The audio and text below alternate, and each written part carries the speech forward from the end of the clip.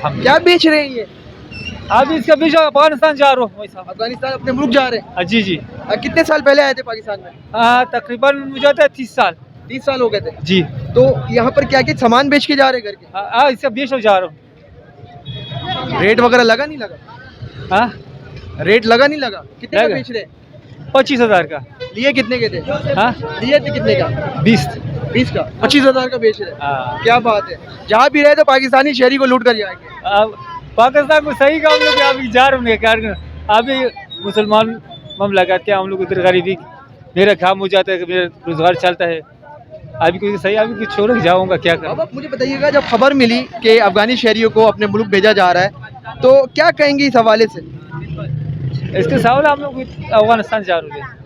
अफगानिस्तान पाकिस्तान को याद रखेंगे?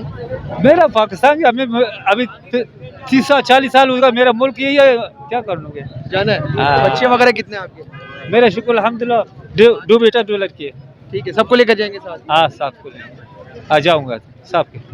पाकिस्तानी मिट्टी को हमेशा याद रखना है। और याद हो जाता है, एक मुल्क 30 साल हो जाता है फिर मुल्क याद की। पाकिस्तान पाकिस्तान में अच्छा पाकिस्तान जिंदाबाद।